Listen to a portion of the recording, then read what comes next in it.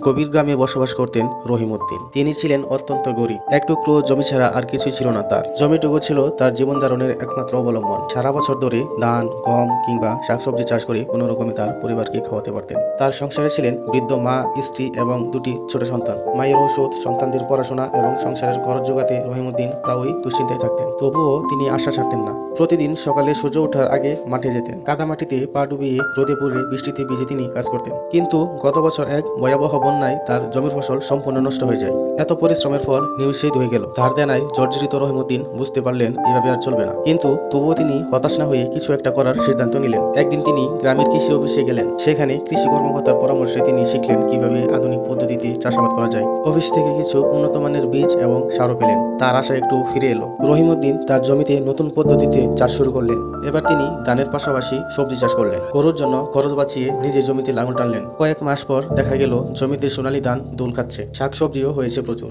এ ফসল বিক্রি করে তিনি ধার শোধ করলেন এবং কিছু টাকা জমাও করতে পারলেন। গ্রামের মানুষ রহিমউদ্দিনকে দেখে অনুপ্রাণিত হলো। তারা বুঝতে পারল ইচ্ছাশক্তি ও পরিশ্রম দিয়ে জীবনের প্রতিকূলকে জয় করা সম্ভব। রহিমউদ্দিনের জীবন হয়তো পুরোপুরি বদলায়নি, কিন্তু তার মনের জোর এবং কঠিন পরিশ্রম তাকে একটি ভালো জীবনের দিকে এগিয়ে নিয়ে গেল। এই গল্প শুধু রহিমউদ্দিনের নয়, এটি প্রতিটি সেই গরিব কৃষকের গল্প যারা কঠিন পরিস্থিতিতেও হার মানে না। তাদের শ্রম আর সংকল্পই গ্রামীণ জীবনের প্রকৃত প্রেরণা।